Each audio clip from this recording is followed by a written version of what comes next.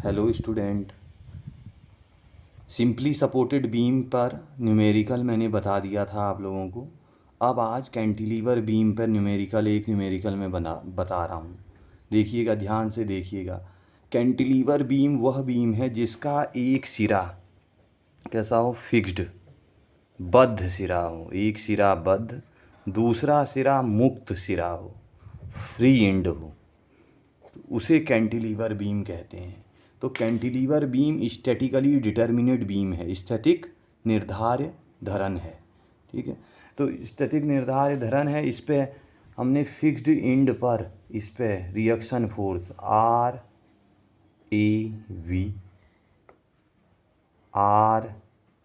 RAH और एक movement, तीन अननोन फोर्स इसमें काम करे। एक movement RAH, RAV, vertical direction में रिएक्शन फोर्स बिंदु ए पर,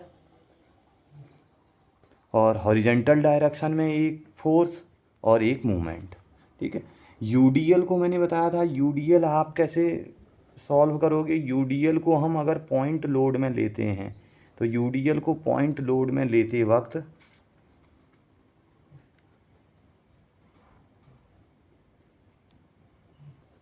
इसकी डिस्टेंस और इसकी डिस्टेंस 2.5 मीटर और 16 किलो न्यूटन मीटर का यूडीएल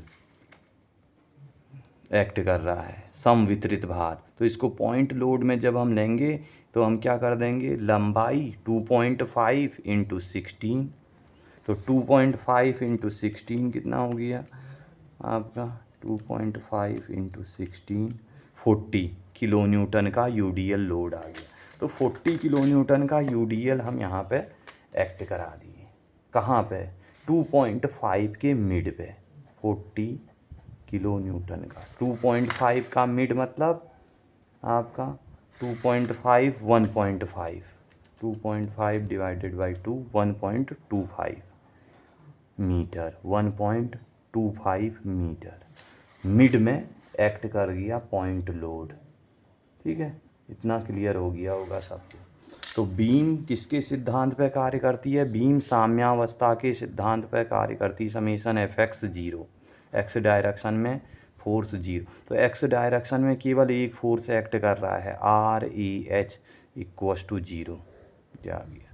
वाई डायरेक्शन में फोर्स का सम 0। तो वाई डायरेक्शन में देखो कौन, जो ऊपर की ओर फोर्स जा रहे हैं पॉजिटिव, जो नीचे की ओर फोर्स जा रहे हैं निगेटिव।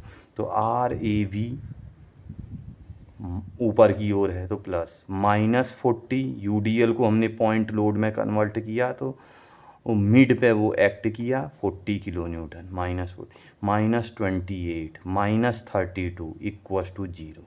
तो RAV किसके बराबर आ गया? 40 + 28 + 32 के बराबर। तो 40 + 28 + 32, तो ये आ गया 100 किलो न्यूटन RAV।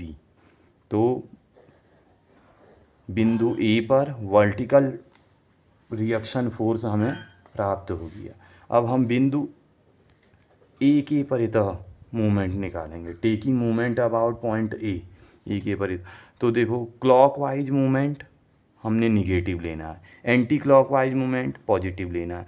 तो ऑलरेडी मूवमेंट ए पर लगा है MA, ये देखो M लगा है कि नहीं लगा है, कैसा घूम रहा है? Anti clockwise positive. Minus clockwise movement 40 into perpendicular distance. Movement होता क्या है? Force into perpendicular distance. Unit क्या है? Newton metre. सदिश राशि है, तो 40 kilo newton into metre perpendicular, तो 40 इंटू 1.25 क्लॉकवाइज माइनस लिया। फिर 28, ये भी कैसा जाएगा? -28 इंटू 2.5, ये भी क्लॉकवाइज घूम रहा है, फोर्स इंटू परपेंडिकुलर। फिर 32 -32 इंटू 1.5। फिर मूवमेंट ऑलरेडी लग रहा है क्लॉकवाइज, -20 मूवमेंट है तो वैसे ही इक्वस टू 0।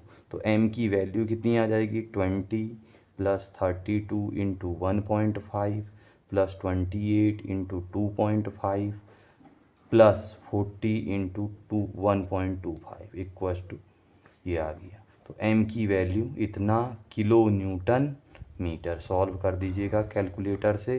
BT में 991 ms या 100 ms 82 ms यूज हो सकता है।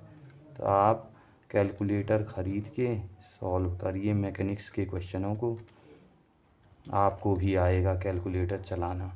BT में 100% एक दो न्यूमेरिकल आते ही हैं। 188 किलो न्यूटन पॉजिटिव का आया तो पॉजिटिव हम लिख देंगे एंटी